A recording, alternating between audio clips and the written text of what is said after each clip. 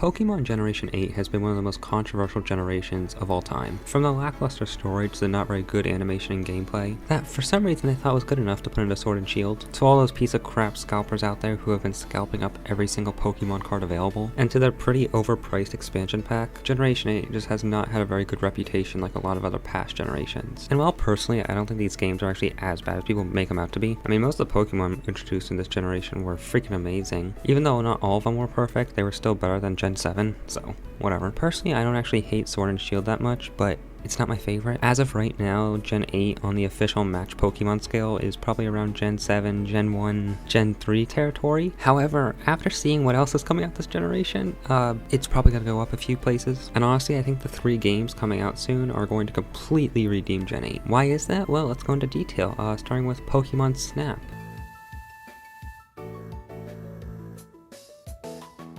At first, I didn't know how I felt about Pokemon Snap. Do I have to say new Pokemon Snap? I don't know if I have to or not. New Pokemon Snap there. I say this mostly because the original game never really interested me that much, but after finally seeing gameplay for this game, I'm very excited. This game looks absolutely amazing graphics-wise. I know at first a lot of people drew the comparison between this and Sword and Shield, and yeah, I'll admit Game Freak should have improved the graphics by like a lot, but I really like how Snap stands on its own kinda. It's going to be a very distinguishable game. You can like look at a picture and be like, oh, that's Snap. And even just from the small amount of footage we've seen so far, it looks like a game that has a lot of care and time put into it, and it seems just so lighthearted and fun. Like you can make Pokemon glow. That's cool. Now I don't know if this game's gonna include all like 800 something Pokemon, but it is in a new region, so there could very well be new forms of something. I know it's not really likely, but it's possible. So far I've seen no one upset with this game. I mean, you go around taking pictures of Pokemon, so I don't know how you could be upset about that. I really hope the Pokemon in this game are really as dynamic and like interactive with each other as they're advertising it to be. And if you're like me and not a competitive person at all, so you don't like playing competitive games that much, I think we can find extreme enjoyment in this game, honestly. Like most of the post game of Sword and Shield before the DLC, even after the DLC, it's just competitive battling, so I don't like that. I believe new Pokemon Snap's gonna bring a lot more positivity to Generation 8. The only downside I see here is that it's not Pokepark 3, but maybe Generation 9. Holy hell, it is actually finally happening. I've been waiting for Diamond and Pearl remakes since Alpha Sapphire and Omega Ruby. Generation 4 Pokemon was like my entire childhood of Pokemon basically. Soul Silver, Platinum, Pokemon Rumble, and Pokepark were like my 4 favorite games of all time when I was younger. And they're finally doing it. They're finally remaking Diamond and Pearl. The games that started off my generation of Pokemon fans are finally getting remade. And they're chibi.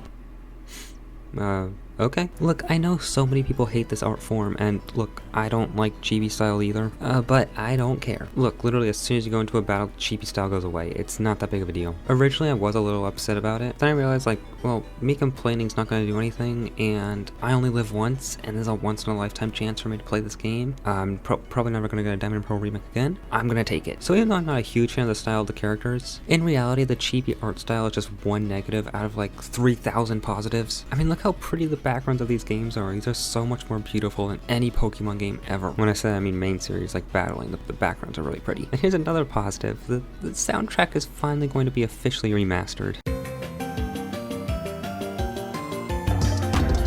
And I'm sorry to say this, but complaining about the chibi art style is not going to change anything at all. It seems like they already have all the character models already done, so it's whatever. I think more and more people are only going to get used to it as time goes on. At least I really hope so. And I know a lot of people were worried that it was going to be another Let's Go type of game, which happily it doesn't look like it. But I'm wondering, like, why don't they like incorporate the catching mechanic from Let's Go and the battling from normal Pokemon games? Like you battle like normal, and then when you catch a Pokemon, you do a little catching thing. I mean, maybe they will with the next game, which that looks so good. But I'll talk about that one in a minute. In the end though, I think these remakes are going to be really good. However, there was one part of the trailer that I absolutely hated. It was right here. Now, even though I don't mind the chibiness, this just looks so bad. I absolutely hate this, and I hope this is the only part of the game where they show this kind of like perspective. Again, it's not awful. I'm not going to throw up when I'm looking at it, but it doesn't look that great. The rest of the game though, it looks freaking fantastic. I'm so excited for Diamond and Pearl. And again, I think this game's also going to bring a lot more positivity to Generation Generation 8, and I want to touch upon the last game, which just looks absolutely amazing. So it's a day later and more news might have actually just came out, and it's really possible we're going to be getting Mega Evolutions again. I mean, if we do, that'd be insane. I know not many people were fans of the Gigantamax forms, and I know it's Gigantamax. However, it's spelled with a G and not a J, so it should be Gig, not Jig, or Jai, whatever. I don't know. I've honestly never used that term like ever before this, so sorry. Anyway, here's a bunch of Pokemon that deserve Mega Evolutions, and yeah, hopefully this news turns out to be true. Sorry, I just really wanted to quickly add that because it seemed pretty important. But yeah, let's move on to Legends Arceus.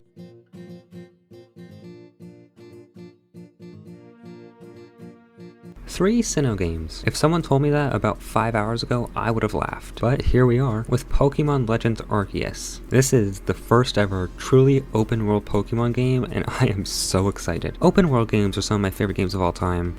Ark, Stranded Deep, Minecraft, Skyrim, those are some of my favorite games ever. And now we're getting the first ever open world Pokemon game, and it's in Sinnoh, so it's like the best of everything. Look, I wasn't spoiled anything for these games. Like, I had zero idea that there was even leaks of this game until after I saw the direct. And I could not be more happy that I knew absolutely nothing. When I saw the beginning and heard it took place a long time ago, I was like, oh cool, Pokemon Z, that's awesome. But then I heard the word Sinnoh and I was like, so you mean to tell me we're getting both remakes and a sequel game to Sinnoh? I mean, sure, whatever, I don't care. Get more Sinnoh is better. And this game looks absolutely insane. I am so excited to play this game. I mean, look how good the battling looks. Look at that. That's so...